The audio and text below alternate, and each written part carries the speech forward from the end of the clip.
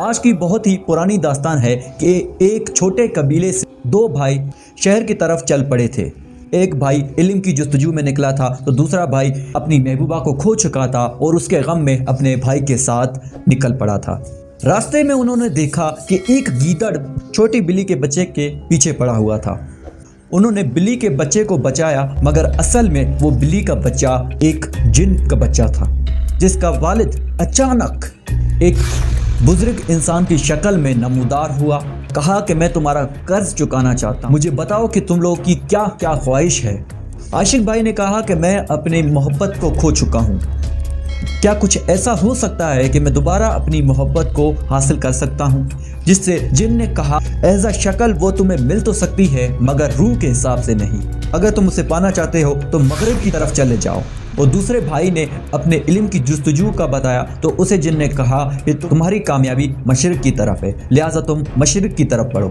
دونوں بھائی اپنے راستے پر چل پڑے۔ عاشق بھائی کئی روز تک سفر کرتا رہا اور اس نے اچانک ایک گاؤں کے قریب دیکھا ایک بندہ ایک لڑکی کو کھینچتا ہوا شہر کی طرف زبردستی لے جا رہا تھا۔ اس نے غور سے دیکھا تو اس کی شکل اس کے محبوبہ سے ملتی تھی اور وہ اس لڑکی کو بچانے کے لیے اس لڑکے سے جھگڑ پڑا۔ جھگڑتے جھگڑتے وہ انسان ایک بھاری پتھر سے جا ٹکرایا، جس سے اس کے سر پہ گہری چوٹ لگی اور مرنے کے مقام پر آ پہنچا تھا۔ عاشق بھائی نے جلدی سے اس لڑکی کے ہاتھ کھولے، مگر وہ لڑکی بھاگنے لگی تھی۔ اصل میں وہ لڑکی ایک پاگل تھی۔ زبردستی جلدی گاؤں کی طرف لے گیا اور ایک مسافر خانے میں ٹھہرا۔ یہاں عاشق بھائی کو شکل کے حساب سے تو اس کی محبوبہ مل چکی تھی، مگر اصل میں ایک پاگل لڑکی تھی۔ عاشق بھائی اسے اپنے حالات بتاتے رو پڑتا تھا، اس کی حالت دیکھ کر رو پڑتا تھا، مگر وہ لڑکی کبھی اسے مارتی، کبھی زور سے ہنستی، چیختی اور چلاتی، کیونکہ وہ ایک پاگل لڑکی تھی۔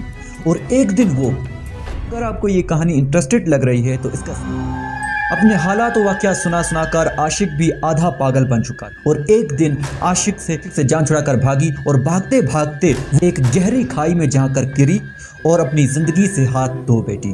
عاشق اس کے پیچھے آتے ہوئے اس نے دیکھا کہ دوبارہ اس نے اپنی محبت کھو دی تھی۔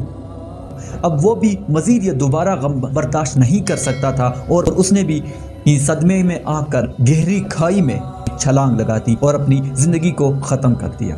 دوسری طرف عالم بھائی بھی منزل تک جا پہنچا تھا اور اس نے اپنے علم کی جستجو کو پورا کیا، اپنے اللہ کے احکامات کو سمجھا، اپنے دین کو سمجھا، اسلام کو سمجھا اور سائنسی علوم کو سمجھنے کے لیے بھی سخت محنت کر رہا تھا۔ اسے اللہ نے بیوی بچوں سے خوشحال گھر بھی عطا کیا تھا، مگر وہ آج بھی اپنے بھائی کی راہ دیکھ رہا تھا اور دعائیں کرتا تھا کہ اللہ اسے بھی اپنی منزل تک پہنچائے، مگر وہ یہ نہیں جانتا تھا کہ اس کے عشق نے نگل لیا تھا۔ اس کہانی کا نتیجہ میں آپ پر چھوڑتا ہوں کہ آپ کے حساب سے علم نے ایک انسان کی زندگی کو بہتر بنا یا عشق میں مرنے والے انسان نے کامیابی پائی؟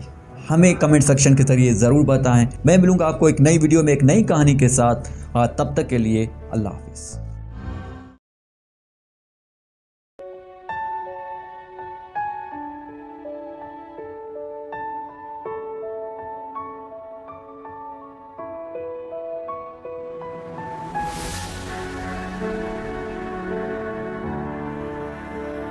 آج کی کہانی ہے 2009 میں بلوچستان کے شہر سبی میں قتل ہونے والے سچے واقعے پر، جہاں غیرت کی بنیاد پر ایک معصوم انسان کو قتل کر دیا گیا تھا۔